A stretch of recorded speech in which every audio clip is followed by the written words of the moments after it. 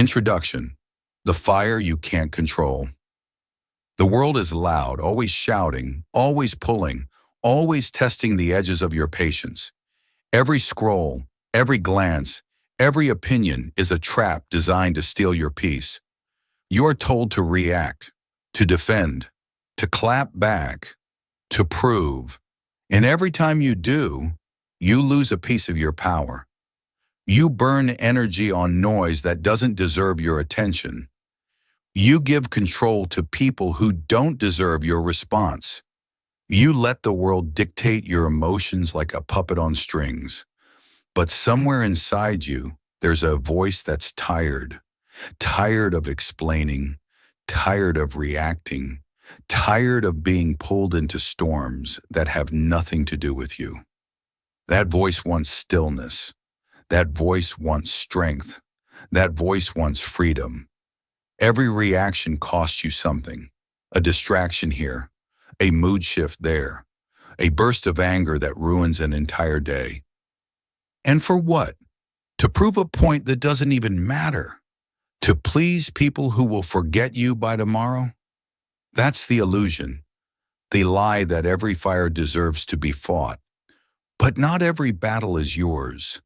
Not every insult requires your defense. Not every moment demands your attention.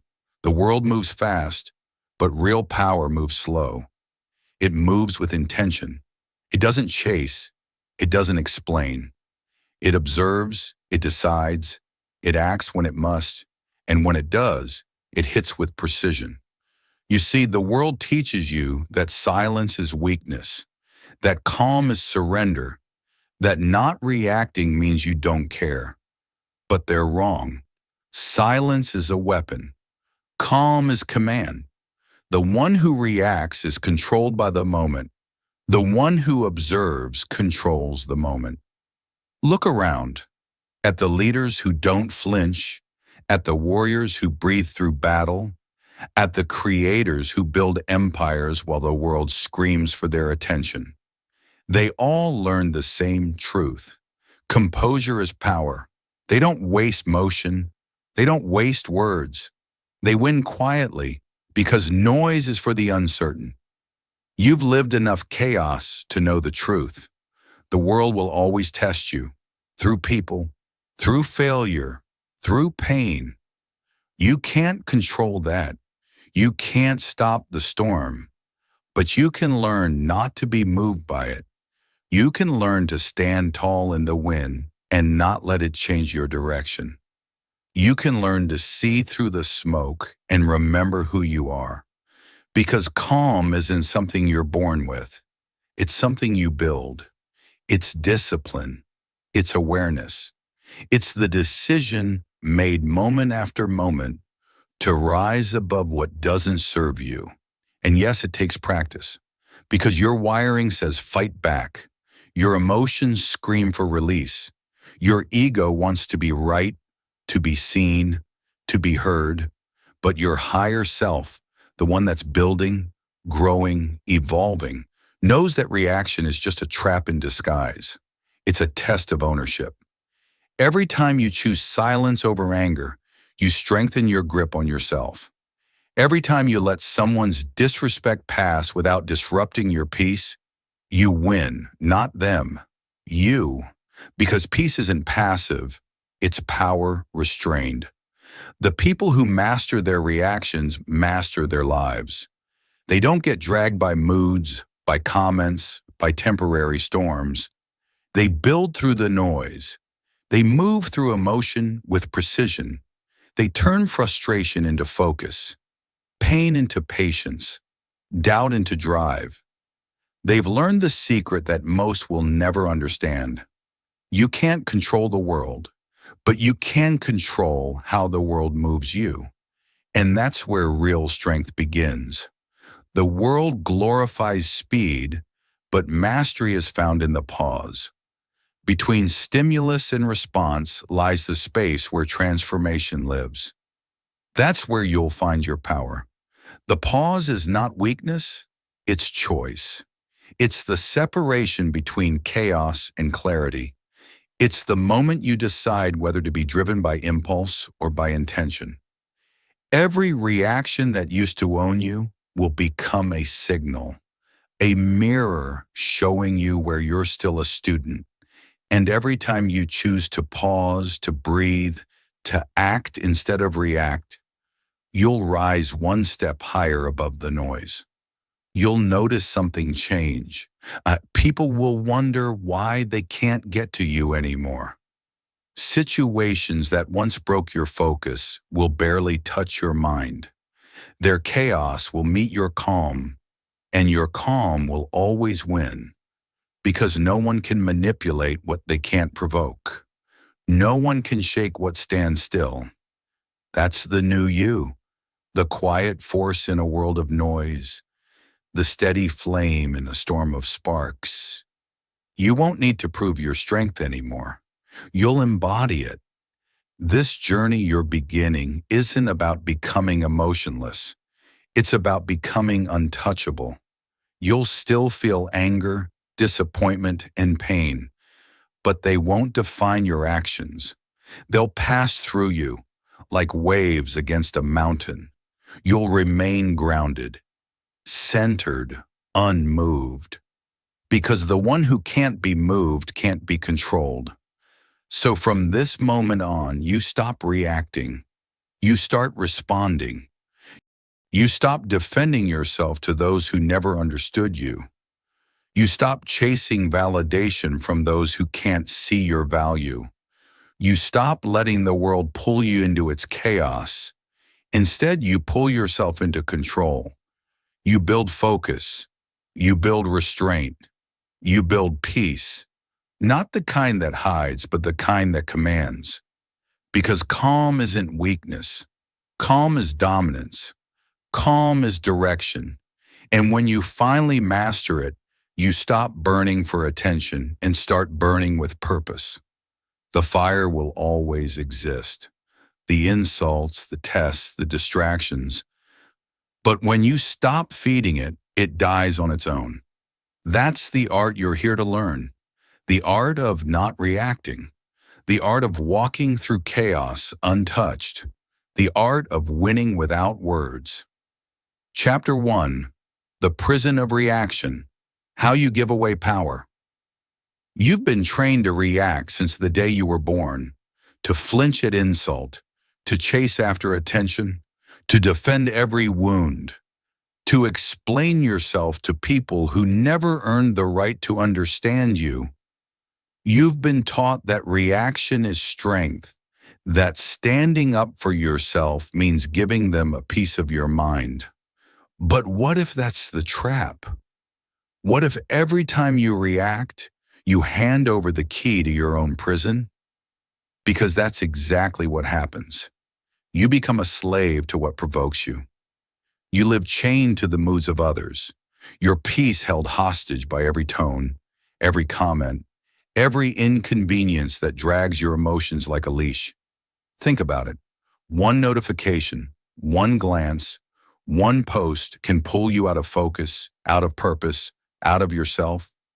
You start the day strong, focused, disciplined, and then someone says something small, something stupid, and suddenly your chest tightens, your mind floods, your energy shifts.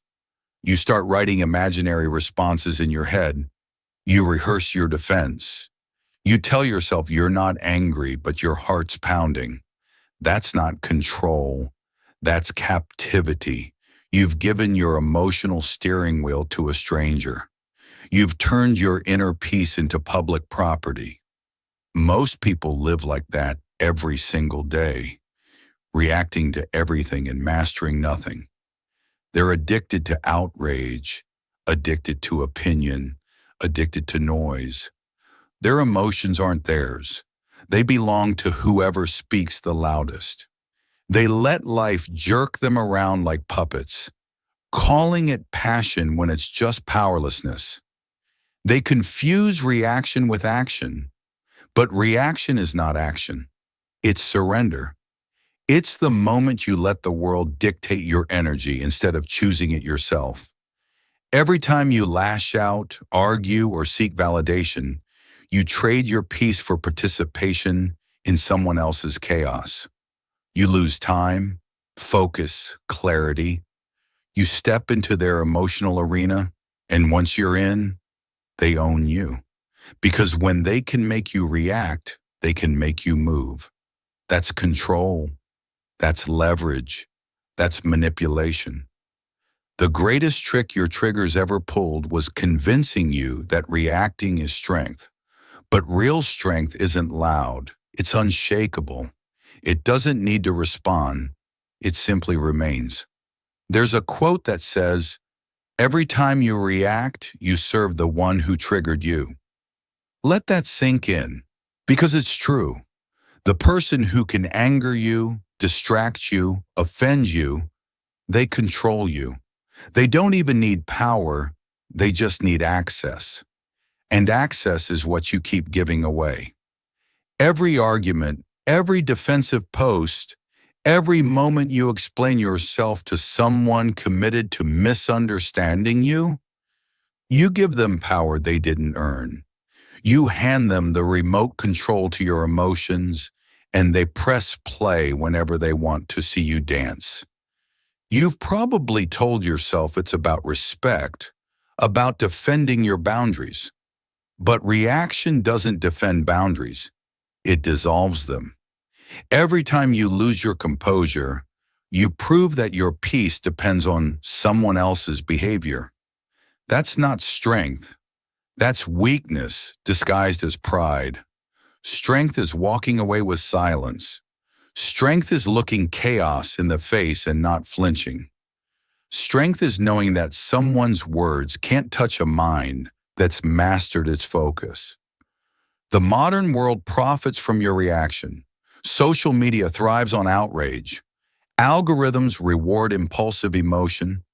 They feed you controversy because it keeps you engaged, keeps you distracted, keeps you reactive. You scroll through fires lit by strangers, and somehow they become your battles. Your attention becomes their currency, and every minute you spend reacting, you spend less time building, less time becoming, less time owning your power. The real prison is invisible. It's built from triggers and reinforced by emotion. It's the space between stimulus and surrender, where your old self still lives, ready to fight, ready to defend, ready to lose. The walls aren't physical, they're psychological. Guilt, pride, fear, anger, each reaction tightens the bars.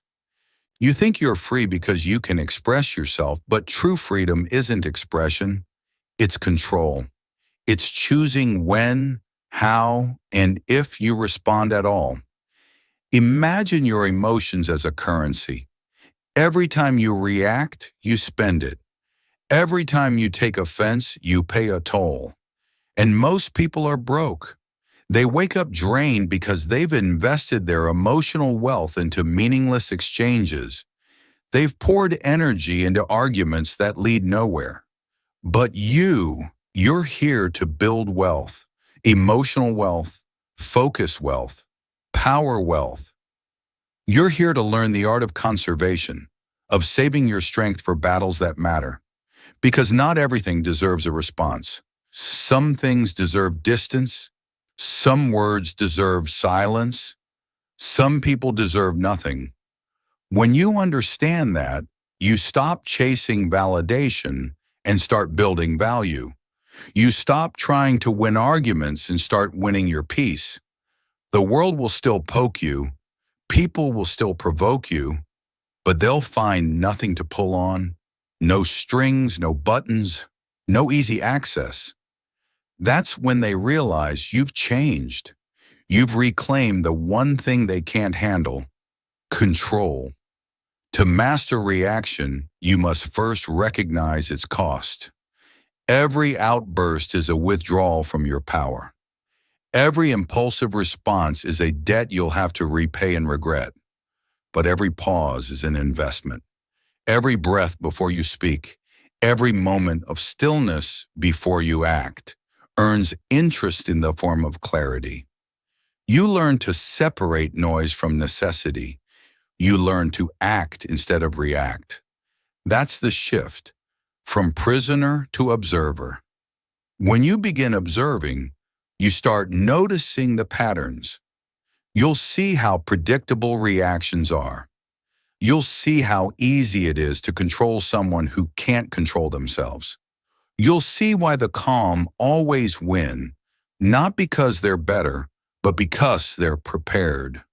Emotional discipline is their armor. They don't fight every battle. They select them with precision. They don't explain their peace. They protect it. You can feel it already. The space between your trigger and your response widening. That's growth. That's awareness. That's the first crack in the walls of your prison. You'll feel the urge to defend yourself, and you'll smile, because now you see the trap. You'll feel anger rising, and instead of reacting, you'll breathe.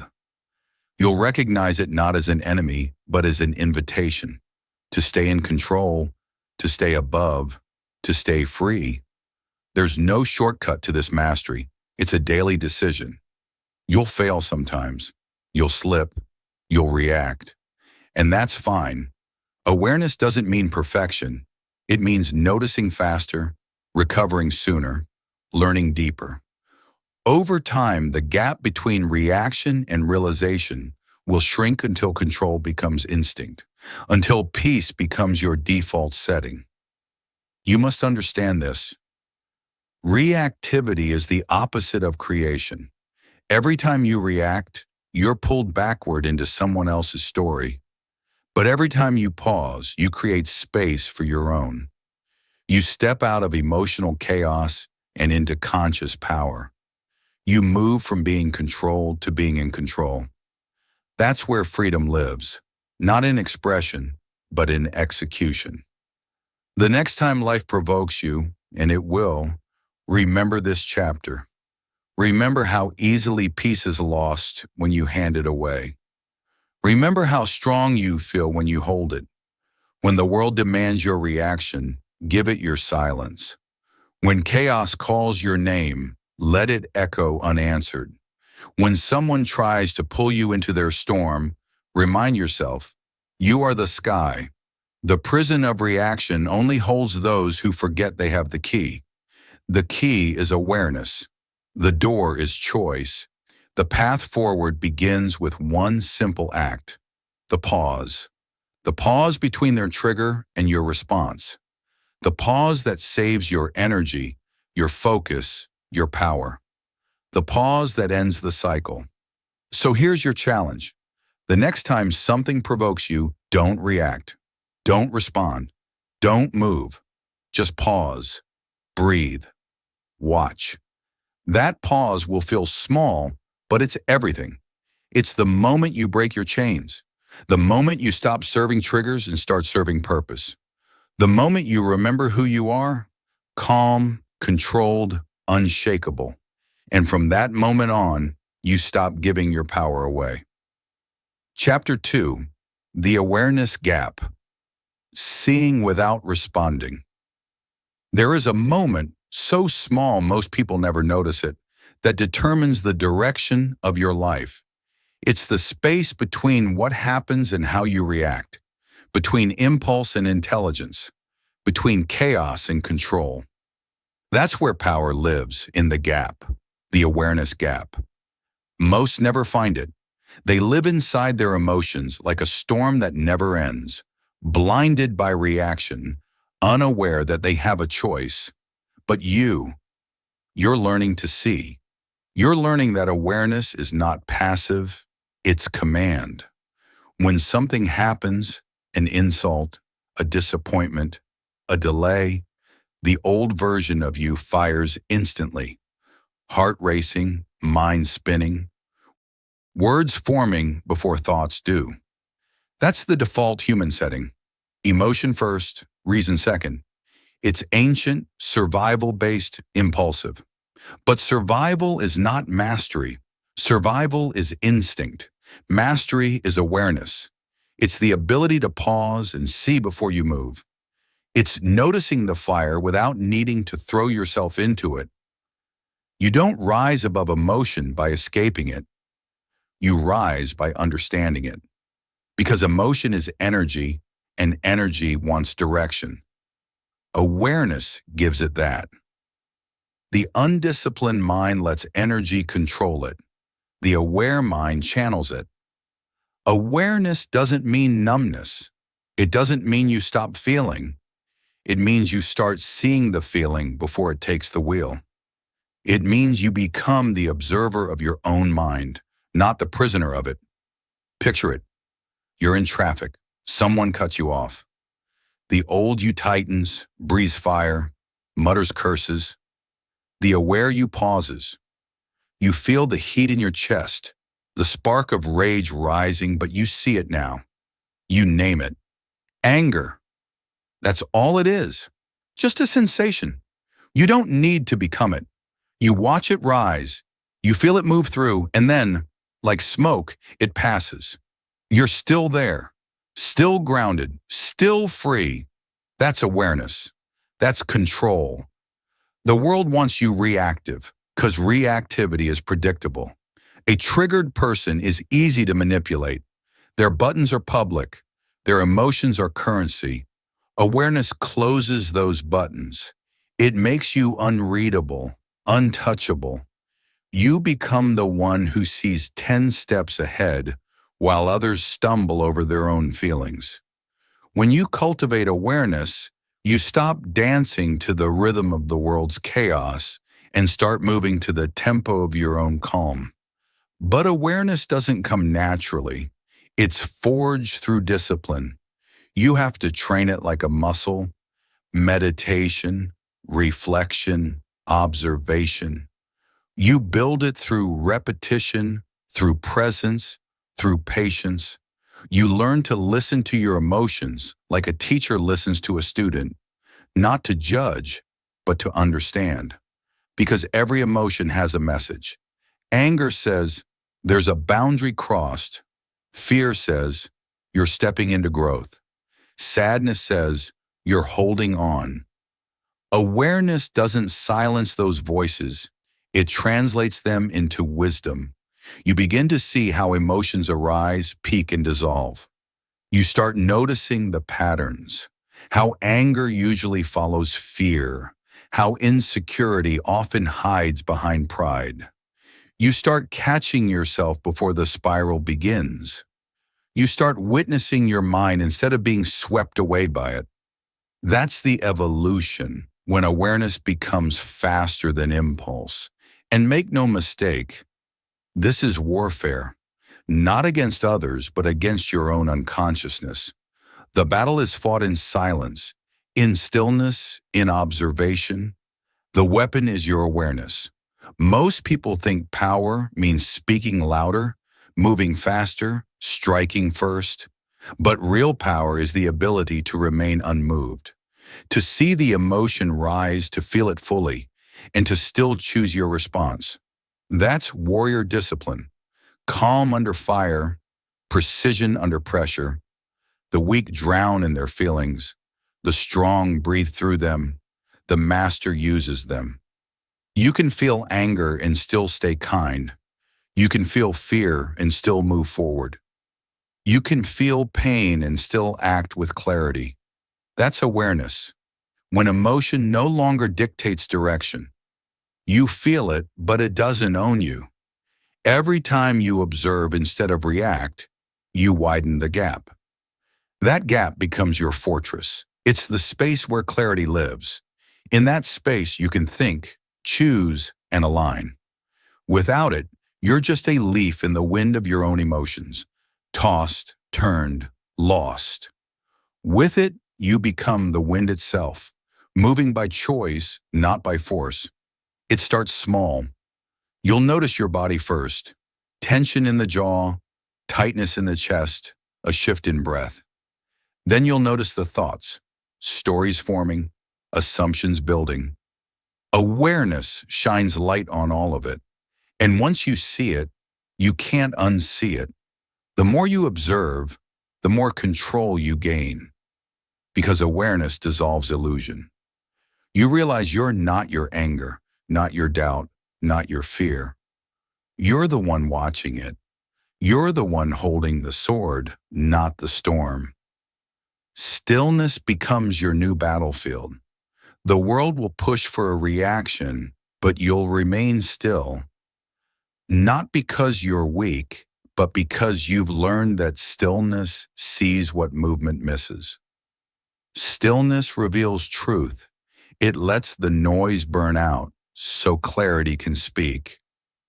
You'll find that silence doesn't mean nothing is happening. It means everything is aligning. Awareness sharpens that silence until it cuts through confusion like a blade. In time, you'll notice something powerful. Awareness slows time. Moments that used to flash by in chaos now unfold in detail. You see the layers, the cause, the trigger, the emotion, the choice. You catch yourself in real time, mid-impulse, and decide differently. That's evolution at the level of consciousness. You are literally reprogramming your mind to respond like a warrior, not a child of chaos. And the more you practice, the stronger it becomes. You'll notice it in conversations. When someone tries to provoke you, you'll feel your awareness rise like a shield. Their energy hits, but it doesn't stick. You'll see their emotion for what it is, a projection, not a truth. You'll see through the moment, through the noise, straight into the structure beneath it. That's when you know you're free, not because the world changed, but because your perception did. Awareness transforms suffering into strategy. Every trigger becomes a teacher. Every emotion becomes data. You stop labeling things as good or bad. You start seeing them as information. You no longer fight feelings, you decode them. And when you decode emotion, you gain access to wisdom most people never reach. The same fire that used to burn you now lights your path. This doesn't mean detachment from life. It means engagement with precision. You still love, still feel, still dream, but now you do it consciously. You choose where to place your energy. You choose what deserves a reaction and what deserves a breath. That's the difference between those who live reacting to life and those who live creating it. Awareness is the bridge between chaos and control, between emotion and execution, between the life you're trapped in and the life you're meant to lead. Once you step into awareness, you can't go back. You'll see everything, the manipulation in the noise, the patterns in the pain, the lessons in the struggle. You'll see how much power you used to give away simply by not noticing. But awareness alone is not the end, it's the beginning. Awareness without discipline is like sight without movement. You can see, but you still have to act. The next step, control, comes from practice, from taking that awareness into action, from using it to refine your responses, to focus your energy, to lead your life with intentions instead of emotion. The gap you once ignored will become sacred. You'll protect it fiercely because you'll understand it's the birthplace of your power. That space between what happens and how you respond, it's where freedom lives. Every great leader, every calm warrior, every unshakable mind lives in that space. So your challenge now is this. Notice. Notice everything. Notice your emotions, your triggers, your habits. Don't judge them, observe them. Watch yourself like a scientist watching a storm. Because once you can see your mind clearly, you can command it. Once you can watch without reacting, you can move without resistance. Awareness is not about control over the world. It's about control over the self. And when you master that, no one can control you again. Chapter 3. Emotional Alchemy. Turning Triggers into Fuel. Pain is not punishment. It's the raw material of power. Every hardship, every insult, every setback you've ever faced, it wasn't meant to destroy you. It was meant to train you. The problem is, most people never learn how to use it. They let pain consume them instead of fuel them. They take every trigger personally, every failure emotionally, every delay spiritually. They let discomfort define them instead of refine them. But not you. You're here to learn the art of emotional alchemy, the ability to take what was meant to weaken you and turn it into the very force that strengthens you. Because that's what alchemy is: transformation through awareness. You don't remove pain, you repurpose it. You don't run from triggers, you train with them. You don't hide from discomfort, you harness it. Everything that used to drain you can be turned into energy if you choose to process it differently. Pain doesn't disappear, it changes form. When you master that process, nothing can truly hurt you again. Every insult is a weight. Every delay is a test. Every discomfort is a representative. The world throws resistance at you the same way the gym throws iron. It's not there to block your growth. It is your growth. Every trigger is a mirror, showing you where you're still reactive, where you still need work, where your peace still leaks. But most people don't see it that way. They see problems instead of practice. They see pain and call it misfortune. You'll learn to see it and call it training. That's the shift. From victim to student, from reactor to creator. Emotional alchemy begins the moment you stop asking, "Why is this happening to me?" and start asking, "What is this teaching me?" Every difficulty has a message. Every rejection has a direction. Every failure has a lesson written inside it, waiting for your awareness to unlock it. The only difference between pain that destroys and pain that builds is perspective. When you learn to turn triggers into fuel, you become unstoppable. You stop fearing discomfort because you know it's part of the process. You stop avoiding challenges because you know that friction is what forms focus. You stop running from hard moments because you know they're the gym of your evolution. The very thing that once broke your focus now becomes your fire. You begin to crave the resistance that once scared you because you understand now. The stronger the challenge, the greater the transformation. But emotional alchemy isn't about pretending you don't feel pain. It's about feeling it fully, then redirecting it with precision. It's the discipline to say, "Yes, this hurts, but I'll use it." The weak run from the feeling. The strong process it. They hold it. They study it. They absorb its energy and reforge it into focus. That's how warriors are built, not through comfort, but through confrontation. They face the heat until the heat becomes home. Imagine every trigger as a spark. The untrained mind uses it to burn down peace. The mastered mind uses it to light a forge. That's emotional alchemy. The same fire that once consumed you now forges you. When someone disrespects you, you don't react, you refine. When something delays your goal, you don't crumble, you double down.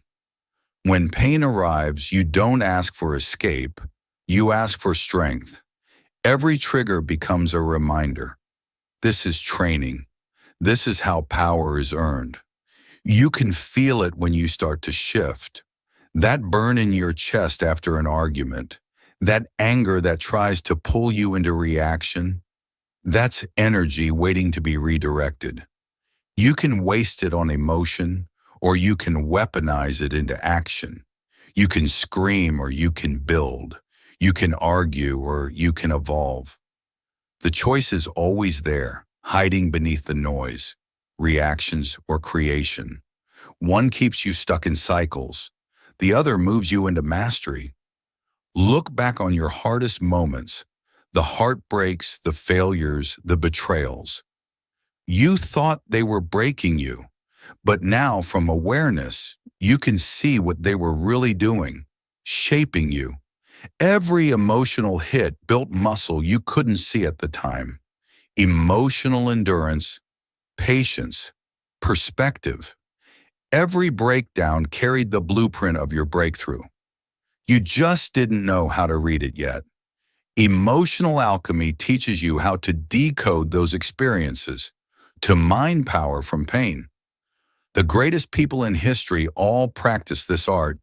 They turn humiliation into hunger, setbacks into systems, pain into purpose. They didn't get lucky, they got alchemical. They took the same emotions everyone else feels, but instead of being buried by them, they turned them into drive. You'll feel that shift too. The more you channel your emotion, the more energy you have. Anger becomes focus. Sadness becomes reflection. Fear becomes readiness.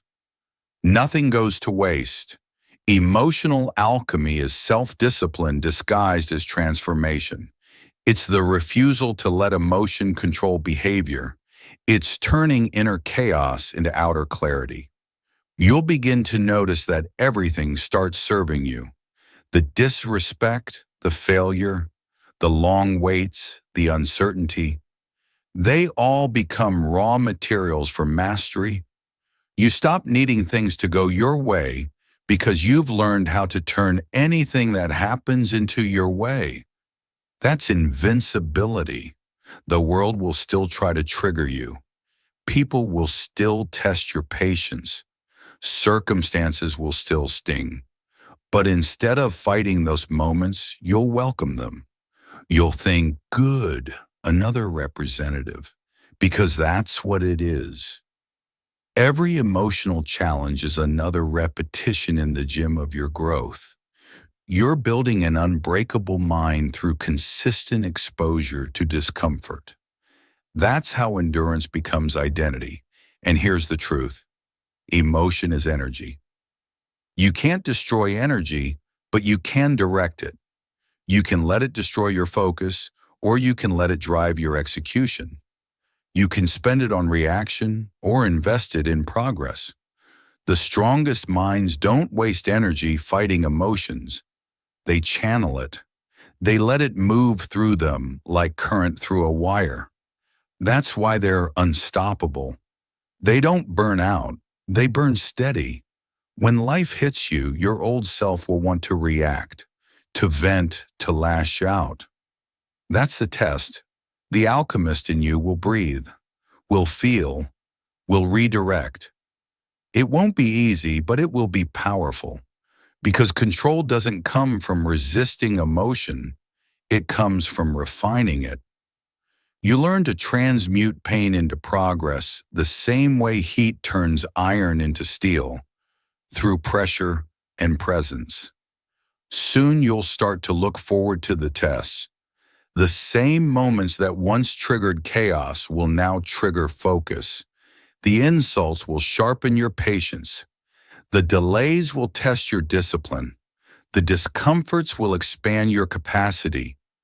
You'll stop taking pain personally and start using it strategically. That's the moment you cross from emotional slavery to emotional mastery. The difference between the two is simple. The slave asks, "Why me?" The master says, "Watch me." Emotional slavery reacts. Emotional alchemy responds. One collapses under pressure, the other creates diamonds from it. You can feel the difference already. You can feel the old wiring losing power, the new wiring taking over. You're learning not just how to feel, but how to use what you feel. That's transformation. This is your new rule. Everything is training. Every discomfort, every delay, every disappointment, It's all part of the process. You don't need perfect conditions. You need pressure. You don't need approval. You need friction. You don't need comfort. You need challenge. Because without resistance, there's no strength. Without heat, there's no steel. Without pain, there's no progress. Emotional alchemy is the evolution of awareness into application. You learn to see in the last chapter. Now you learn to use what you see. You stop wasting emotion and start weaponizing it. You stop drowning in triggers and start swimming through them. The same waves that used to pull you under now carry you forward. So the next time something hurts, something frustrates you, something shakes your focus, don't run, don't react. Feel it, hold it, transform it. Let it burn, but let it burn into something. Turn it into discipline, into clarity, into execution. That's how you build the mind that can't be broken, because it doesn't resist pain, it recycles it. Every emotion is an opportunity. Every trigger is an invitation. Every challenge is a test of transformation. The question isn't whether life will push you, it will. The question is whether you'll push back with purpose. That's emotional alchemy. That's how you turn reaction into creation, weakness into wisdom, chaos into control. And from here, your training deepens. Because once you learn to use emotion as energy, the next evolution begins.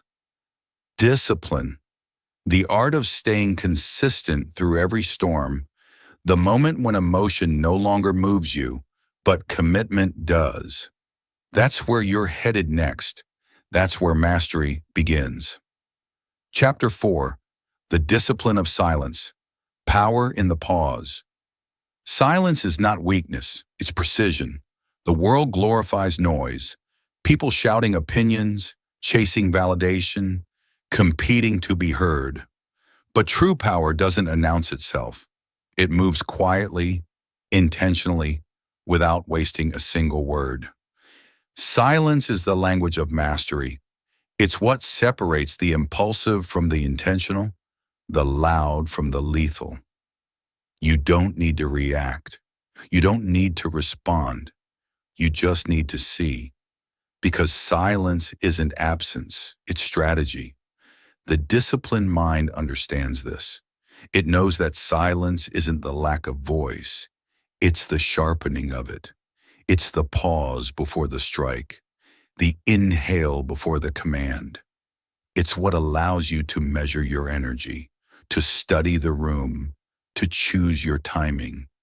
The undisciplined speak to fill space. The disciplined wait until silence itself bends toward them. You've seen it before. The calm leader who doesn't rush to speak, the fighter who waits for the perfect opening, the artist who sits in stillness before creating something timeless. Silence is their weapon, their edge, their advantage. Noise is comfort for the insecure. People talk too much when they fear being unseen. They argue when they feel unheard. They explain when they don't believe their presence is enough. But you're learning a different truth. Your silence speaks louder than any defense ever could. You don't need to prove what's already evident. When you stop explaining yourself, you start expanding your power. Every argument you avoid isn't weakness, it's wisdom. Every reaction you resist isn't fear, it's focus. Every pause you hold builds pressure in your favor. Silence disrupts patterns. It confuses those who expect chaos. It forces people to face their own noise. When they shout and you stay still, they reveal themselves. You reveal nothing. That's control. That's dominance without display. Silence also resets the mind. In a world of constant stimulation, stillness becomes a superpower. Every sound, every notification, every piece of information you consume clutters your mental landscape. Silence clears it. It's not just about not speaking, it's about creating space. Space to think, space to breathe, space to feel your own intuition again. The more silent you become, the louder your inner world gets. You start hearing things most people miss. Your instincts, your direction, your peace. There's a reason monks, soldiers, and leaders all train in silence. Because silence sharpens awareness. It tunes your perception. You start noticing what people don't say, how they move, how they breathe, what they fear. You start sensing energy, reading tone, understanding dynamics beyond words. That's what silence does. It gives you depth. It makes you dangerous, not because you hide, but because you see. But silence is not easy. It demands strength. It's uncomfortable to hold your tongue when your ego wants to respond. It's hard to sit still when your emotions beg for release. Silence reveals everything you've been avoiding inside yourself. It forces you to face your thoughts, your impulses, your insecurities. Most people can't stand silence because it exposes their lack of control. They'd rather talk their way out of discomfort than sit in it. But mastery requires that discomfort. That's where you grow. You'll feel it. The urge to fill space, to respond, to explain. You'll hear your mind whisper, say something, do something, prove something. And that's when the practice begins. Because silence isn't passive, it's discipline in motion. It's the refusal to waste energy. It's your decision to respond when it's right, not when you're rushed. That's what makes silence powerful. It's not emptiness, it's direction. Every pause you take is a declaration that you decide the tempo. In conversation, silence commands. When you stop talking, people start listening.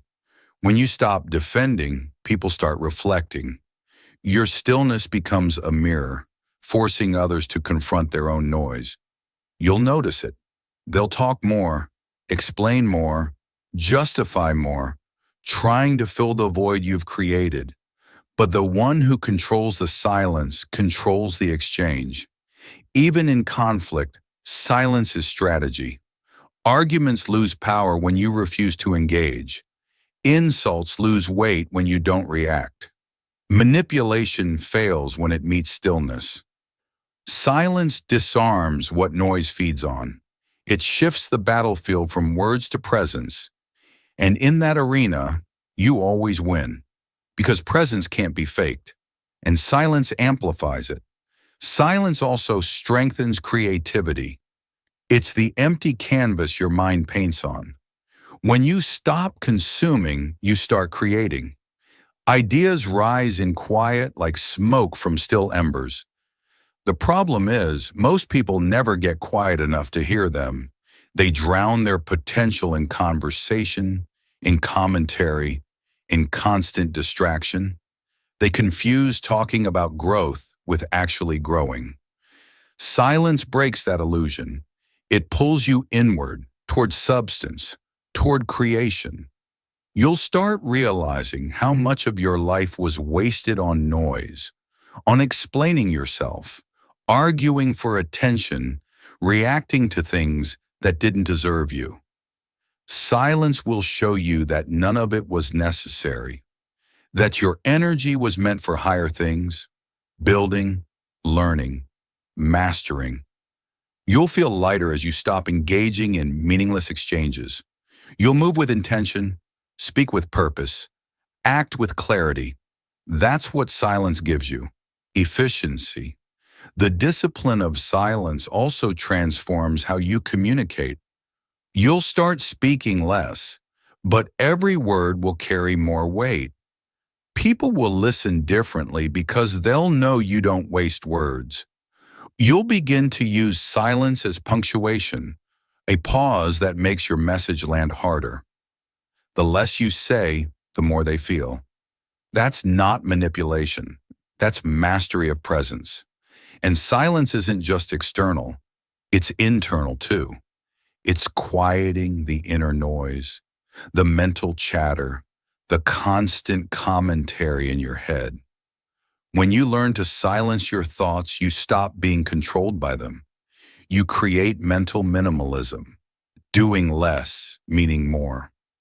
You learn to hold focus like a blade, sharp and precise. The quiet inside becomes the foundation of your calm outside. There's a story of a samurai who was once asked why he meditated daily. He said, "Because I must win my battles before they begin." That's silence. The pause before reaction, the stillness before motion, the control before contact.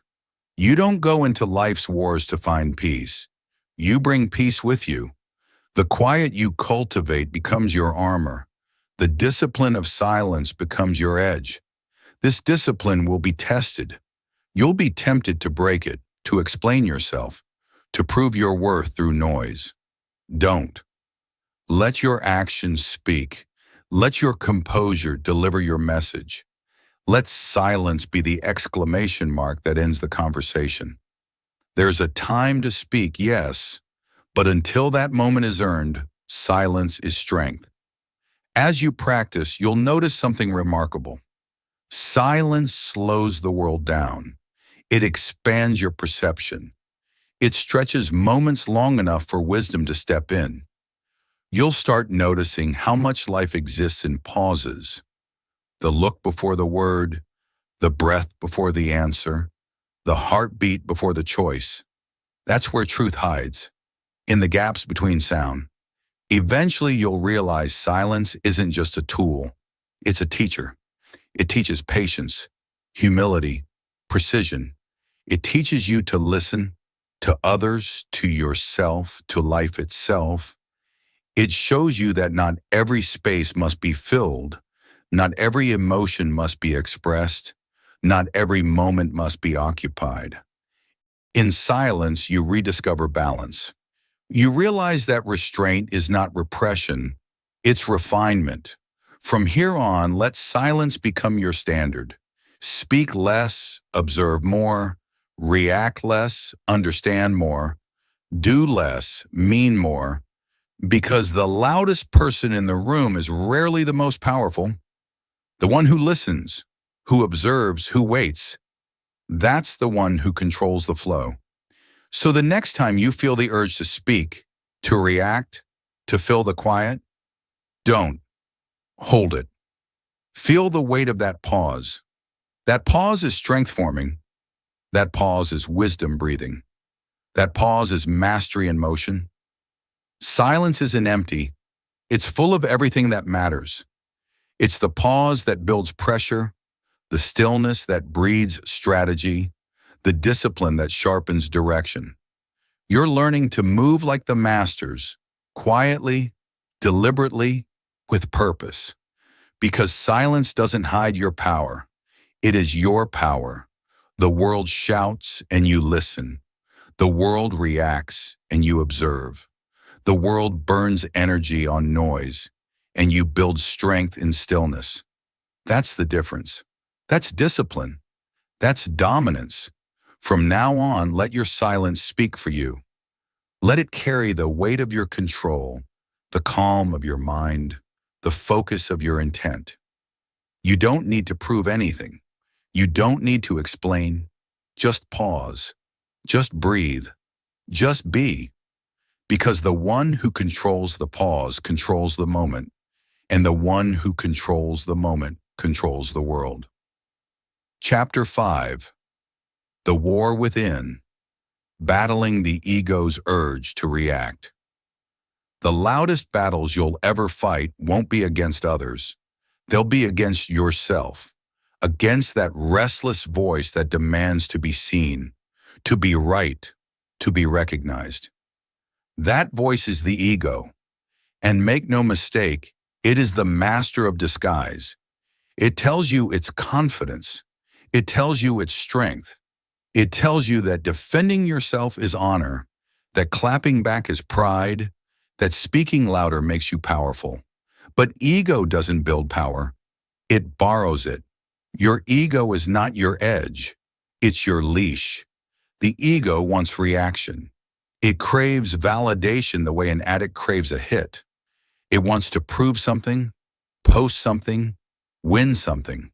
It thrives on comparison, how you look, how you rank, how you're perceived. The ego whispers, they can't disrespect you like that. It pushes you to reply, to prove, to perform. But every time you obey, you lose. You hand control of your peace to the very thing that triggered you. The ego screams for dominance, yet it bows to every opinion. It cannot stand still. It cannot stay quiet. And in that restlessness lies its weakness. You've seen this war inside yourself. Someone questions your value. You feel it immediately. That flash of heat, that need to respond. Someone overlooks your work. You start explaining, defending, proving. Someone gets credit you deserved. You feel resentment creeping in like poison. That's ego. It doesn't want peace. It wants position. It wants control. But here's the truth. Control isn't taken. It's maintained. The moment you react from ego, you surrender the very power you were trying to protect. The ego lives for validation because it's terrified of silence. Silence threatens it. Stillness exposes it. The ego feeds on attention, and when you stop feeding it, it panics. It tells you you're being weak. It tells you to stand up for yourself. But the higher self, the one that leads instead of reacts, knows better. It knows that stillness isn't surrender, it's sovereignty. You're not ignoring the world. You're mastering it. You're no longer letting every opinion dictate your direction. You must understand. The ego doesn't want truth. It wants applause. It doesn't care about growth. It wants glory. It would rather be right than be wise. It would rather win an argument than win peace. And that's why ego-driven living feels exhausting. You're constantly reacting to protect a false image. You're constantly performing for an invisible audience. The ego measures itself against others, but mastery measures itself against yesterday's self. Think about it. How many times have you reacted just to prove something? How many hours of peace have you traded for 5 seconds of pride? The ego convinces you that validation is victory, but validation fades, and what's left after it is emptiness. Every time you post for approval, every time you argue for recognition, you tighten your own leash. You become addicted to being seen instead of being still. You build an identity that depends on attention instead of integrity. Real strength is quiet. It doesn't need to announce itself. It doesn't need to convince. It doesn't need to prove. The most dangerous man in the room isn't the one shouting. He's the one who's unbothered. The one whose peace can't be shaken by opinions. The one who knows that what's real doesn't need defending. That's who you're becoming. Someone who moves from ego to essence, from reaction to awareness, from pride to power. The ego will resist this transformation. It will call humility weakness. It will call patience cowardice. It will demand your attention using every trick it knows. You'll feel it flare up when someone doubts you. You'll hear it whisper when someone gets ahead. But the more you observe it, the less control it has. The ego can't survive in awareness. The moment you see it clearly, it loses its grip. Awareness is sunlight, and ego is a shadow. Here's the paradox. The ego wants power, but power requires humility. Power comes from knowing who you are so deeply that you no longer need to prove it. When you master the ego, you master emotion. You stop letting external validation shape internal worth. You move from being someone who needs recognition to someone who creates results. That's the difference between pretending to be powerful and actually being powerful. You'll notice the change. Where you once reacted, you'll now reflect. Where you once argued, you'll now observe. Where you once sought attention, you'll now seek alignment. The same triggers that once inflamed your ego will now become tests of your strength. The comments that used to sting will start to amuse you. The disrespect that used to bother you will start to teach you. Because every ego wound is an invitation to detach, to prove to yourself that your worth is not negotiable. When you stop feeding the ego, it starves. At first, it'll fight for survival. You'll feel that urge to post, to clap back, to show them. But when you resist, when you choose calm over conflict, you'll feel something deeper than satisfaction. You'll feel freedom, because freedom isn't getting what you want. It's no longer needing it. You don't need validation when you've built self-respect. You don't need to prove your worth when you live in alignment with it. Humility is not submission, it's precision. It's knowing your power so clearly that you no longer have to display it. It's the quiet confidence of someone who doesn't flinch, doesn't chase, doesn't compete. The humble don't shrink. They simply stand. They don't need to be seen. They are known by presence alone. They've traded noise for influence, applause for authority. That's real dominance. Control of self, not control of others. You'll find that the higher you rise, the quieter you become. Not because you have less to say, but because you've learned that words aren't the proof. Results are. Ego shouts, but excellence whispers.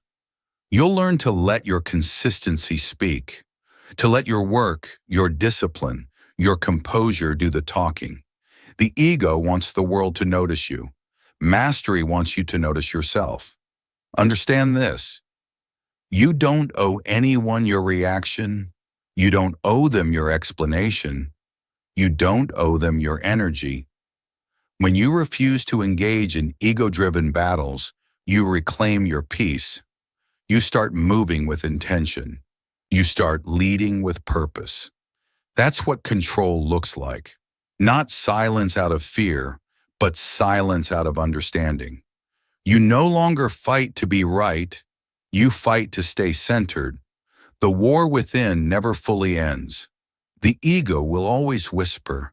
It will always test you. But the more you rise in awareness, the less you'll hear it. Eventually, it becomes background noise, something you acknowledge but no longer obey.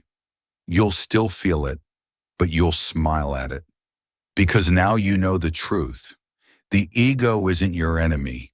It's your early version. It's the outdated software that built the foundation. But now it needs to be upgraded. You thank it for what it taught you, then you let it go. The moment you choose humility over hostility, reflection over reaction, you win. Every time you let your ego rest, your wisdom rises.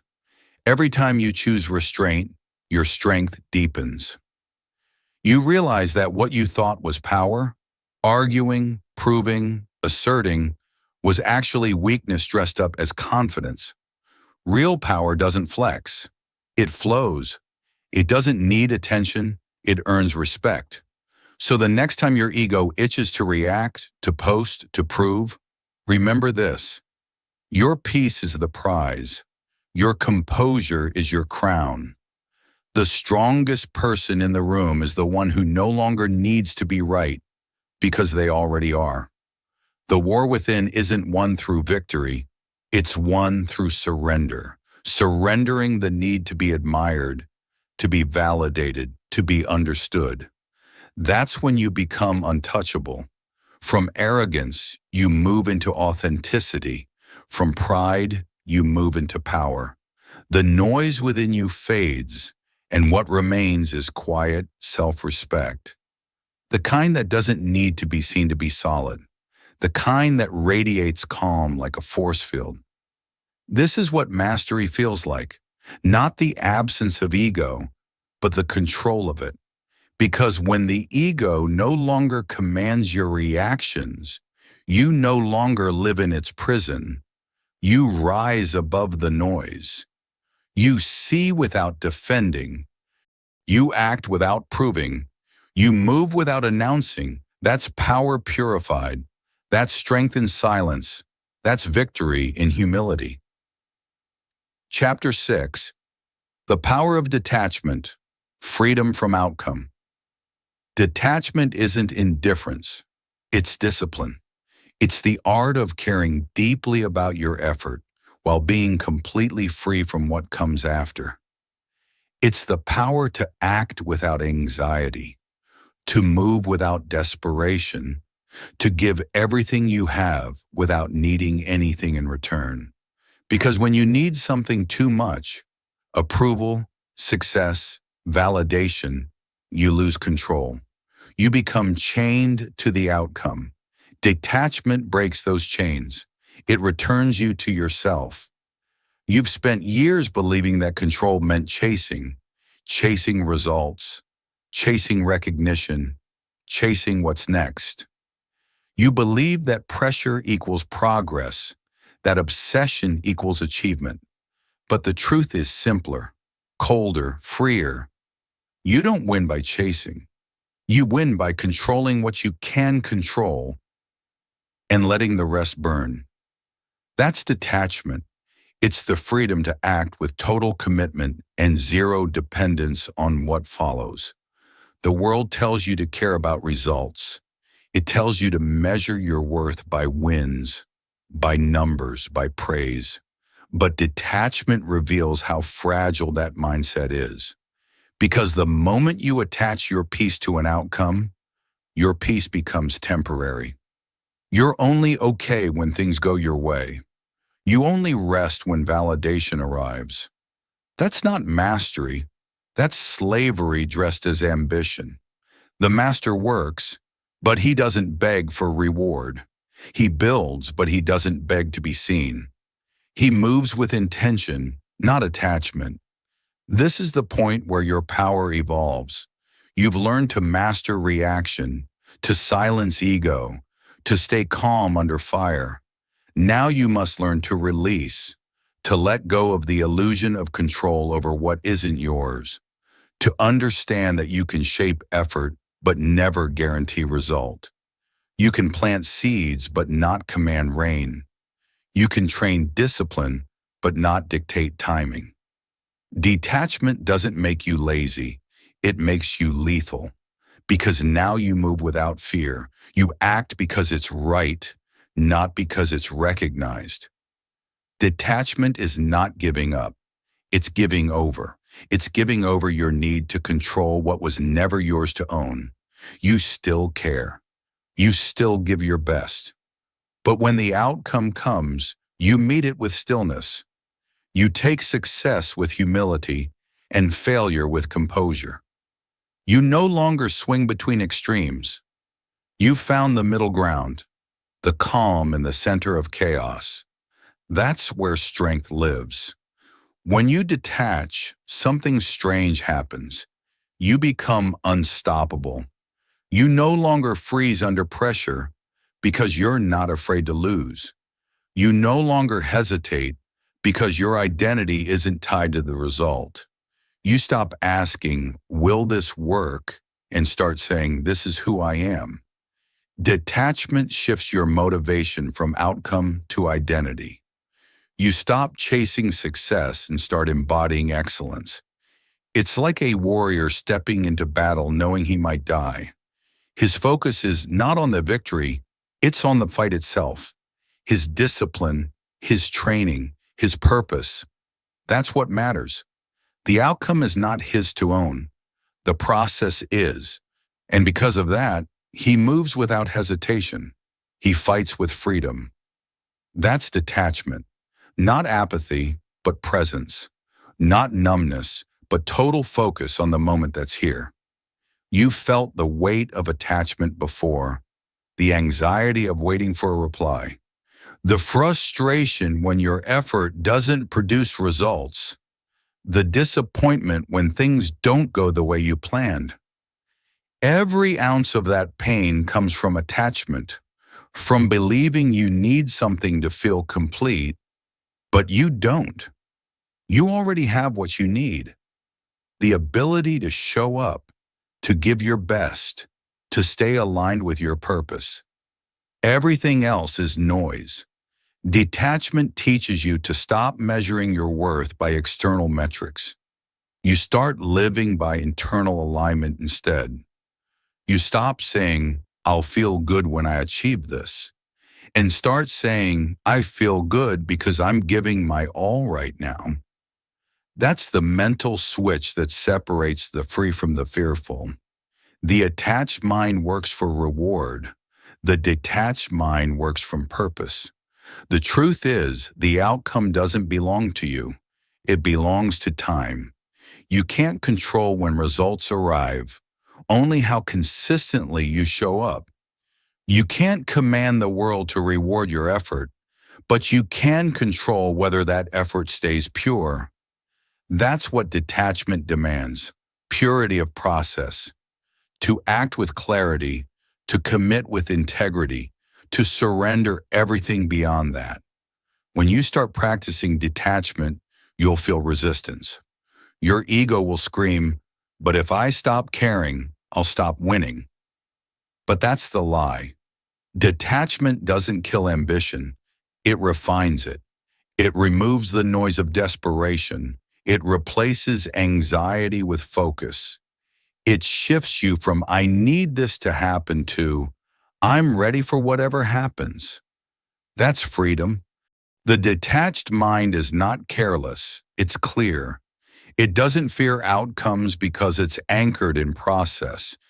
You'll begin to notice how much energy you wasted worrying about results. You'll notice how often you replayed conversations, checked for responses, waited for recognition. All of that was emotional clutter. Detachment wipes it clean. It brings you back to the simplicity of action. Do what's right and let it go. Trust that what's meant for you will align when you're ready for it. Till then, your only job is discipline. That's the paradox of detachment. The less you chase, the more you attract. Because people feel the energy of need. The desperate repel.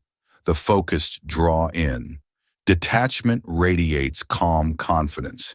It says, "I want nothing from you because I already have everything within me." And that energy, centered, self-contained, composed, commands respect. It commands opportunity. It commands peace. The most successful people in any field understand this principle. They care deeply about their craft, but not about credit. They trust their preparation more than the applause. They detach from outcomes so they can pour everything into execution. That's why they perform under pressure. They've removed the emotional leash. They know that whether they win or lose, they remain the same. They know that their peace is not for sale. Detachment is also spiritual. It's the realization that nothing external can truly fulfill you, because fulfillment was never meant to come from outside. Everything external is temporary: money, status, praise, love. They can all elevate you, but none can sustain you. Detachment returns you to the eternal, the self that stays centered no matter what changes. It's not coldness, it's clarity. You stop clinging to impermanence and start anchoring yourself in purpose. This is where you find peace, not the peace of everything going right, but the peace of knowing you'll be right no matter what happens. The peace that says, "If it comes, I'll embrace it. If it goes, I'll release it." That's the power of detachment. It allows life to flow through you without controlling you. You act, you give, you love, but you do it without grasping. You let things be. You let them arrive and leave as they must. You trust timing more than tension. Detachment also sharpens discipline, because when you no longer obsess over the outcome, you can focus entirely on execution. You stop wasting energy on overthinking. You stop trying to control what's beyond your reach. You do your work, you train your mind, and you let everything else unfold. That's how you build consistency, the hallmark of mastery. The detached don't move with emotion, they move with precision. You'll see the difference in yourself. You'll move through life with quiet confidence. You'll stop forcing connections, forcing progress, forcing success. You'll replace, I hope this works, with, I'll make this work. You'll replace, I need this to happen, with whatever happens, I'll adapt. That's when fear dissolves. That's when peace becomes your default state. When you stop clinging, everything loosens. Opportunities flow easier. People respect you more. Your mind becomes lighter. Your actions become cleaner. That's what freedom feels like. The ability to give fully and walk away empty-handed but fulfilled. You no longer need control to feel powerful. You've mastered the art of letting go without giving up. This is your next evolution: to act without attachment, to move with full intention but no dependence, to give your best to the moment and release the rest. The universe doesn't respond to desperation. It responds to direction. When your effort is clear and your heart is calm, everything that's meant for you will arrive in its own time. So stop chasing, stop forcing, stop clinging. Do what you can with all that you are, and let everything else burn away. Detachment isn't escape, it's empowerment. It's the moment you realize that control isn't about holding tighter. It's about releasing completely. Because in letting go, you gain everything: focus, flow, freedom. You stop trying to own the outcome and start mastering yourself. You move from fear to faith, from anxiety to alignment. And that's where true strength begins, not in needing, but in knowing. Chapter 7. Focus over feelings. Building inner stability. You don't move when you feel ready. You move when it's time. That's the difference between those who dream and those who do. The world waits on emotion. The disciplined move on command. You've learned how to stay calm, how to detach, how to quiet the noise, but now it's time to act. Because mastery isn't proven in stillness alone, it's proven in motion. In this stage of your evolution, emotion gives way to execution. The mission becomes simple: focus over feelings. Feelings are temporary, focus is eternal. Feelings fluctuate with weather, mood, and memory. Focus doesn't care. It doesn't ask permission, it demands direction. Your feelings say not today, but your focus says now. Your feelings crave comfort, your focus craves progress. Feelings are the voice of the body. Focus is the command of the mind. The stronger one wins, and it must be you. This is where discipline turns philosophy into practice. You've spent time mastering your reactions, learning awareness, building calm. But what's calm without motion? What's silence without output? Focus is how you take everything you've learned and apply it in the real world. It's how inner mastery becomes outer results. The battlefield shifts from emotion to execution. Every day you wake up with a choice: feelings or focus. Most choose feelings. They say, I'll do it when I'm motivated. I'll start when I feel inspired. And that's why they never start. Because feelings are unreliable. They rise and fall like tides. You can't build a life on something that changes with your mood. You build it on systems, structure, and discipline. The strongest version of you isn't led by emotion, it's led by principle. You must train your focus like a weapon. You sharpen it through repetition, through boredom, through consistency. Focus is not natural, it's conditioned.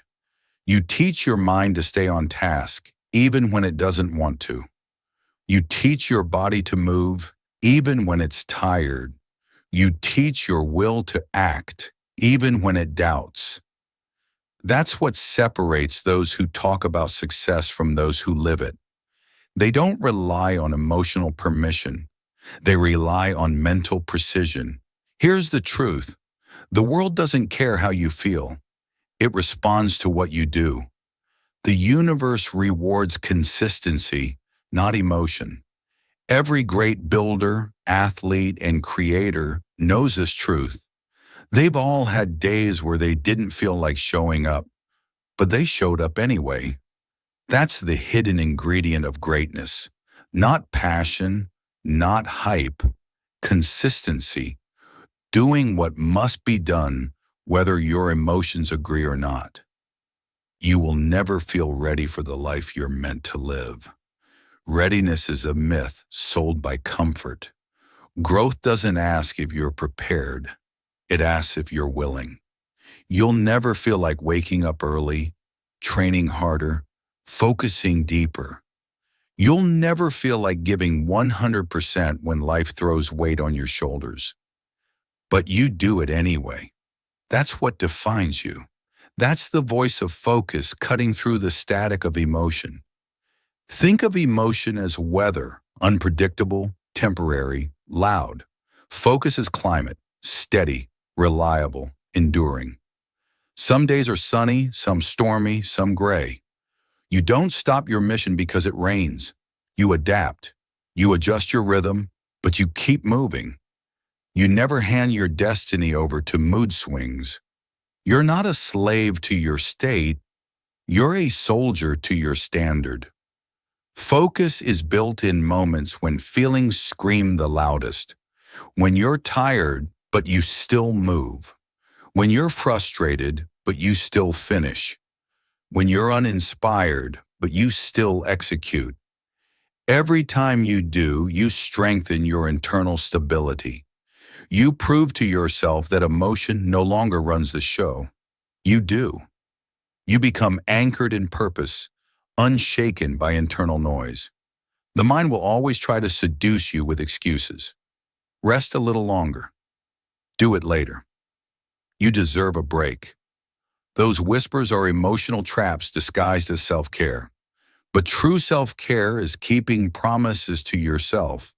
It's building a life that doesn't crumble every time motivation fades. Feelings make you fragile.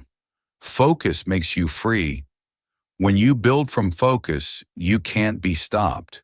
You move from reaction to routine, from hesitation to habit, from emotion to execution. And here's what's powerful. Once focus becomes your foundation, you don't need motivation anymore. You don't wait for it. You generate it through motion. Every small act of discipline fuels momentum. You start to crave the process more than the reward, because the process becomes your peace. You stop asking, how do I feel about this? And start asking, what needs to be done? That shift changes everything. You'll still feel emotion. You'll still feel fear, boredom, and doubt. But now they're background noise. They're static behind the signal. You'll notice them, but you won't follow them. Your mind becomes a radio tuned to one frequency, progress. You begin to move cleanly, without hesitation, without overthinking. Action replaces analysis. Execution replaces emotion. You become efficient, minimal, focused. There's a moment when you'll realize that discipline feels better than motivation ever did. Motivation is emotional sugar. It spikes, then crashes. Discipline is fuel. It burns slow, steady, and long. Discipline doesn't give you a high. It gives you results. It doesn't make you feel unstoppable, it makes you unshakable. You don't chase excitement, you build endurance. Focus isn't cold, it's clear. It doesn't numb you, it liberates you. Because when your focus is sharp, you stop wasting time fighting your emotions. You stop debating with yourself every morning. You stop negotiating your effort. You act. And action brings clarity. Action brings peace. The more you move, the less you overthink. The less you hesitate, the more you build. That's how stability is created, not by controlling emotion, but by outworking it. You'll feel it internally, the shift from being moved by feelings to moving through them. The old you was reactive, letting every emotion dictate behavior. The new you uses emotion as feedback, not as fuel. You can feel tired and still be productive. You can feel fear and still take risks. You can feel unmotivated and still move. That's power. That's maturity. That's mastery. Focus also builds identity. Every time you follow through, you reinforce who you are. Every completed task is a vote for your future self.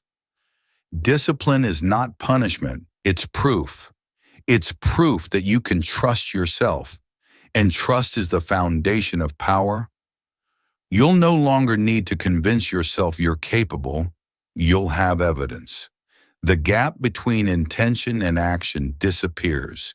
You say it, you do it. You plan it, you finish it. That's inner stability. But focus doesn't mean rigidity. It means direction. You're not cold, you're controlled. You're not unfeeling, you're unfazed. You still feel everything, you just don't obey it. You've learned to lead your emotions instead of being led by them. You move forward even when your heart resists because your purpose demands it. You must remember emotion is noise. Execution is signal. The world will keep throwing distractions at you, temptations, setbacks, comfort, but your focus must remain unbreakable. Every moment of distraction is a test, every temptation a trigger. You can't control how you feel, but you can control what you follow. And every time you choose focus, you prove that mastery isn't about emotion. It's about endurance. From this moment forward, you must treat focus as a daily ritual. Guard it like treasure. Protect it from noise, from people, from your own moods. Build systems that make focus automatic. Routines, time blocks, non-negotiables. Make it easier to stay on track than to fall off. The more structure you create, the less emotion has room to rule. Structure creates stability. Stability creates strength. And the beauty of focus is this: it compounds. Every focused hour becomes a brick in your foundation. Every consistent day builds momentum.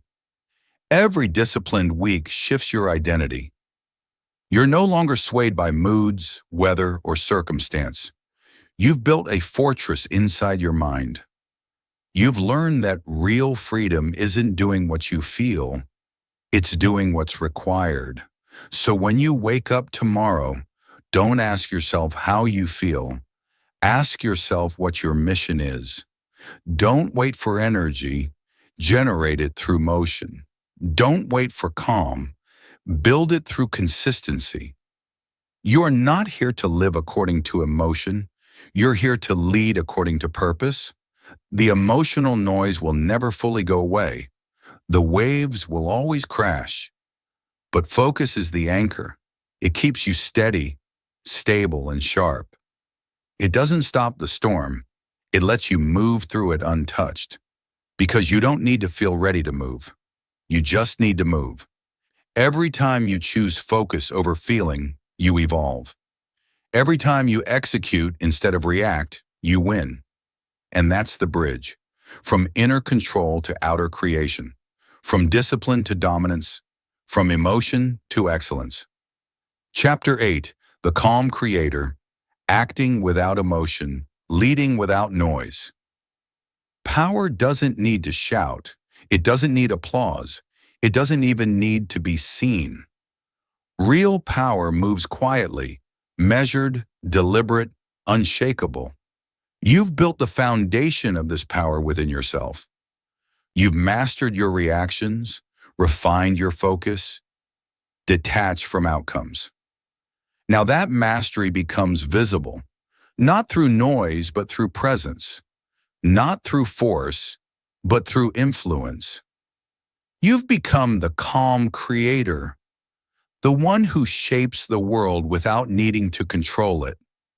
You don't announce your power, you embody it. That's what separates the few from the many. The world is full of people trying to prove themselves, talking, posting, defending, reacting. But the calm ones, the grounded ones, they build while others broadcast. They listen while others compete. They move while others argue. Their silence is unsettling because it cannot be read, cannot be shaken. People can't understand what they can't disturb. That's what makes calm so commanding. It carries authority without aggression. You've met these people before, the kind who walk into a room and shift its energy without saying a word. They don't seek validation, they set vibration. Their presence is steady, their words few but weighted. They don't need attention, they attract it. Why? Because they lead from inner alignment. They no longer depend on emotional spikes to move. They operate from principle, from purpose, from peace. That's the level you're stepping into now. The calm creator doesn't chase control, they create conditions. They don't react to chaos, they redirect it. They lead without needing to dominate, because when you control yourself, you automatically lead others. Leadership isn't about managing people. It's about mastering energy. It's about walking in such calm that everyone around you begins to steady themselves too. Your stillness becomes contagious. But don't confuse calm with passive.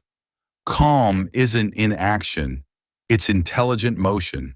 It's the pause between stimulus and strategy. It's moving when it's time, not when it's tempting. You don't act because of emotion. You act with intention. You know that anger clouds judgment, that ego blurs vision, that noise kills precision. So you choose peace as your performance enhancer. You choose silence as your sharpening tool. Every move becomes calculated, grounded, efficient, and that's why you win. Not because you're louder, faster, or stronger, but because you're consistent. While others waste energy reacting, you're investing it creating. While they speak, you plan. While they chase, you align. You've stopped playing emotional chess with the world. Now you're designing the board. You're not controlled by outcomes, opinions, or opposition. You've learned to build quietly, to let results do the talking. The calm creator operates like nature, unhurried, unstoppable. A mountain doesn't rush to rise, it simply stands. A river doesn't argue with rocks, it finds a way through. That's how calm power moves. It adapts without losing direction. It endures without losing momentum. The calm creator doesn't force outcomes. They attract alignment. Their consistency becomes their magnetism. Their peace becomes their persuasion. When you reach this level, you realize how much energy you used to waste. Arguing, explaining, reacting, chasing validation. Now you see how stillness multiplies energy. You conserve what others spill. You operate with efficiency. One decision, one action, no emotion wasted. That's mastery. Every word carries weight because it's backed by intention. Every move lands because it's free of noise. You've become lethal in your quiet. The calm creator leads without leading. People follow them because they feel something they don't yet understand. Security. In a world that constantly wavers, calm is magnetic. The unshakable become anchors, and anchors don't need to move to have influence. They simply hold steady, and everything around them finds balance. That's what leadership through stillness looks like. You don't have to convince anyone anymore. You don't need to defend your choices, prove your worth, or announce your next move. You've outgrown the need to be understood. The calm creator is not interested in control. They're interested in creation. They build in silence. They execute in shadows. They let noise burn itself out while they rise in rhythm. In every environment, the calm creator becomes the thermostat. They don't react to the emotional temperature of others. They set it. They hold composure when others panic, clarity when others collapse. Their stillness under stress becomes a mirror that reflects everyone's instability. That's influence, not through manipulation, but through example. Calm leaders don't demand order, they become order. You must understand, this level of composure doesn't mean you stop feeling. It means you stop feeding every feeling. You experience emotion without expression, sensation without surrender. Anger may visit, but it doesn't stay. Fear may whisper, but it doesn't guide. You process, you pause, you proceed. That's emotional maturity at its highest form, not suppression, but sovereignty. This calm power creates impact far beyond words. People begin to trust your steadiness. They come to you not because you have all the answers, but because you're the one who doesn't crumble under questions. In chaos, you're the anchor. In tension, you're the rhythm. In uncertainty, you're the compass. You don't command followers. You cultivate clarity. This is where leadership transcends position. It becomes presence. You don't need authority when you are authority. You don't need to force respect when you embody it. You don't need to push your vision when you live it so clearly that others align naturally. This is what it means to act without emotion and lead without noise. You move through the world with quiet confidence, knowing that nothing external can add or remove from your worth. The calm creator is dangerous in the best way because they can't be provoked. You can't threaten someone who needs nothing. You can't manipulate someone who's detached from validation. You can't destabilize someone who's built stability within. They are untouchable, not because they hide from conflict, but because they've transcended it. You've reached that point, the place where your reaction no longer belongs to the world. And from this space, creation becomes effortless. You're not rushing, you're not proving, you're simply doing. Your focus sharpens because there's no emotional noise to distort it. Your decisions get cleaner because you're not making them through fear. Your execution gets faster because you're not second-guessing yourself. You're finally moving in rhythm with your purpose. This is what true flow feels like. Not chaotic passion, but disciplined peace. Not frantic energy, but directed power. The calm creator doesn't need the adrenaline of urgency. They operate from the still energy of alignment. They trust the process because they are the process. They move like time itself, steady, patient, inevitable. And as you embody this calm, people will misinterpret it. They'll think you don't care, that you're detached, that you've lost your edge. Let them, because they confuse chaos for commitment. They mistake noise for depth. They can't understand how stillness can be so strong. But you do. You know that true strength doesn't need to react. It only needs to remain. Your calm becomes your communication. Your silence becomes your statement. Your discipline becomes your declaration. You influence not by speaking, but by being. Every environment you enter feels your steadiness. Every situation you face bends toward your balance. That's leadership in its purest form. Impact through presence. This is the final stage before legacy. You've built the inner fortress, the mental weapon, the emotional armor. Now your calm becomes your creative power. You don't just protect peace, you produce from it. Every goal, every project, every decision flows from that center. You no longer chase results, you create reality. You no longer react to the world, you reshape it. You've become what most seek but few find. A mind that's free, a heart that's still, a presence that moves mountains without motion. You've gone beyond self-control. You've entered self-command.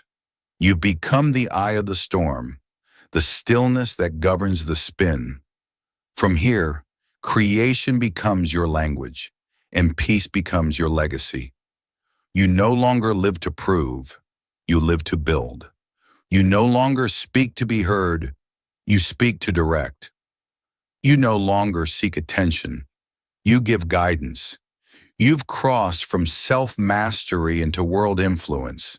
And as the noise of life continues around you, you'll feel nothing but calm, because you've learned the truth.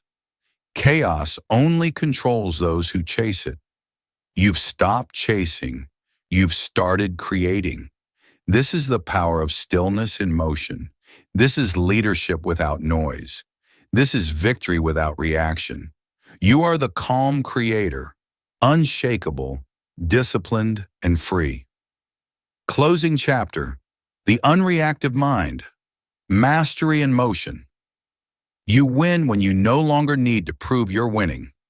That's where mastery begins. When your strength no longer depends on validation, when your peace no longer depends on conditions, when your control no longer depends on chaos. You've walked through the fire of reaction, the storm of emotion, the silence of discipline, and the calm of creation. Now you stand here, not untouched by life, but unmoved by it. This is mastery in motion.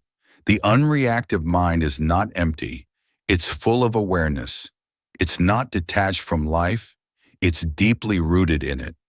But nothing pulls it off center anymore. You've learned that the world doesn't calm down for you. You calm down for the world. You've learned that silence can be louder than argument, that peace can be stronger than pride, that stillness can be more powerful than force. You've seen what happens when you no longer take the bait, when you stop chasing, when you stop defending. You stop living as a reaction and start living as a response. This is what freedom feels like. You no longer owe your energy to every emotion that knocks on your door. You no longer serve triggers, temptations, or tests. You no longer waste power trying to be understood. You simply are present, aware, focused, calm. You don't shrink from chaos. You move through it with grace. You don't avoid challenge. You absorb it without distortion. You don't run from emotion.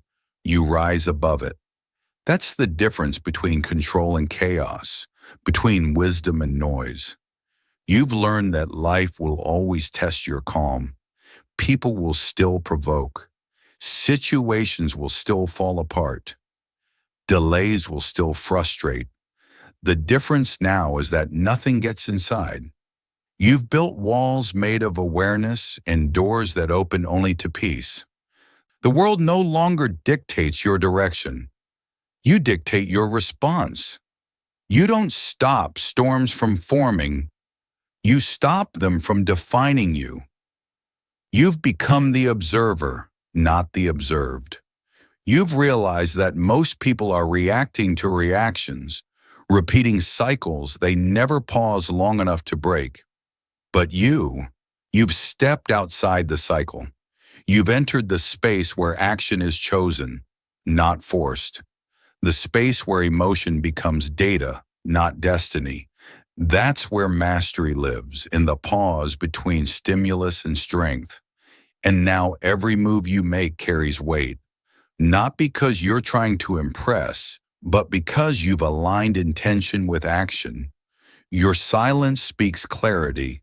Your focus speaks consistency. Your composure speaks confidence. You no longer perform, you embody. You no longer chase, you attract. You no longer speak to prove, you speak to move. That's the unreactive mind in motion. Effortless, intentional, sovereign. You've learned to let the world spin without needing to grab the wheel. You've seen that control isn't about forcing outcomes, it's about mastering response. You can't stop what happens outside of you, but you can always govern what happens inside. You are no longer a victim of circumstance. You are a creator of meaning. You shape perception, direct emotion, and design your environment through presence. The unreactive mind doesn't seek peace. It projects peace. It walks into chaos and steadies it. It doesn't avoid pressure. It thrives under it.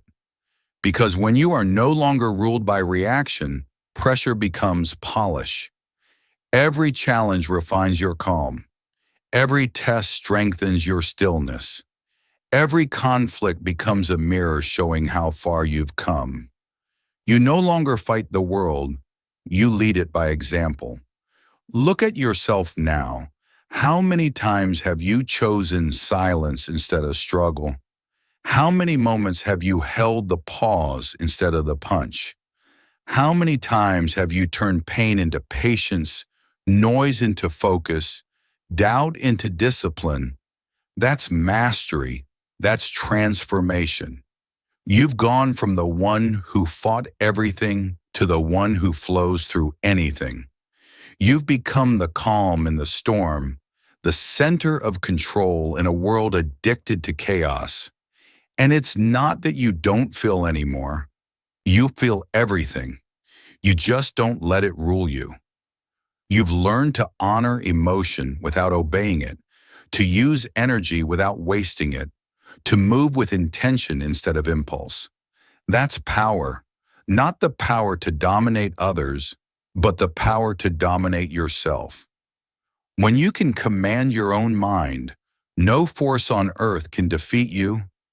The unreactive mind is the final evolution of awareness. It's not just stillness, it's strength disguised as peace. It's the warrior who no longer needs war to prove his worth. It's the leader who no longer needs followers to confirm his direction. It's the creator who no longer fears chaos because he knows chaos creates opportunity. This is what it means to move without emotion and lead without noise, to act with full control, to exist with full presence, to create without attachment. And now as you walk forward, the world will still test you. The fire won't stop burning. The noise won't stop rising. But you'll move differently through it. You'll see the games of reaction and decline to play. You'll see the noise of ego and stay silent. You'll see the chaos of emotion and breathe through it. You'll know what most never learn, that peace is not a destination, it's a discipline. It's the practice of staying still while the world shakes. This is mastery in motion. Not perfect, not emotionless, but free. You act when it's time, rest when it's earned, and speak only when necessary. Your life becomes simple, not because it's easy, but because it's clear. You know what deserves your attention and what deserves your release. You've shed the armor of reaction and replaced it with the shield of awareness. Nothing gets in now unless you invite it. You've become untouchable, not because you avoid the world, but because you understand it. You see through it. You move through it. You're not trapped in its noise anymore. You use its rhythm. That's mastery. The ability to walk through fire without burning, to hear noise without listening, to face chaos without flinching. You've become the proof that peace is not a weakness, it's the highest form of power. So from here, your journey doesn't end. It continues in every moment you choose stillness over struggle, focus over fear, awareness over reaction. You are no longer just surviving. You are sculpting. You are designing your life through consciousness, through control, through calm. The unreactive mind is not the end of your evolution. It's the beginning of everything that follows. The creator, the leader, the force that moves without sound. You are no longer shaped by the world. You shape the world through who you've become. Stay still, stay sharp, stay sovereign. And when the world tries to pull you back into its noise, remember, you don't win by shouting louder. You win by standing quieter. Because the unreactive mind doesn't chase victory. It is victory. Emotional arc summary. The journey begins in the storm, where chaos reigns and emotion rules. The listener starts as a reactor, tossed around by every opinion, every delay, every disappointment. Life feels like a constant battle for control that never arrives. They defend, they explain, they exhaust themselves chasing validation in a world designed to provoke them. This is the opening descent, dependency on reaction, where noise replaces clarity and emotion owns the mind. Then awareness dawns. The listener begins to see instead of serve emotion. They discover the gap between stimulus and response, the sacred pause where all power lives. From that moment, every feeling becomes a teacher, every trigger a tool. Through observation, silence, and restraint, they start building the muscle of control. What once consumed them now becomes their training ground. Pain becomes purpose. Triggers become fuel.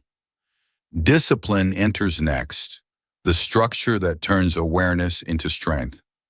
The listener learns to stay calm under fire, to speak less and act more, to channel every wave of emotion into focused motion. Detachment follows, freedom from outcome, from the need to be seen, from the fear of loss. With each step, the ego loosens, the noise fades, and peace becomes the new power. The climax is transformation, the birth of the calm creator. The listener has become what the world cannot move, focused, detached, unreactive. They now lead without words, influence without effort, and move through chaos untouched. Silence becomes their weapon. Stillness becomes their legacy. The journey ends not in triumph over others, but in mastery over self. From reactivity to creation, from noise to precision, from emotion to execution, the listener emerges unshakable. They no longer chase control, they are control. This is the final evolution, winning without words.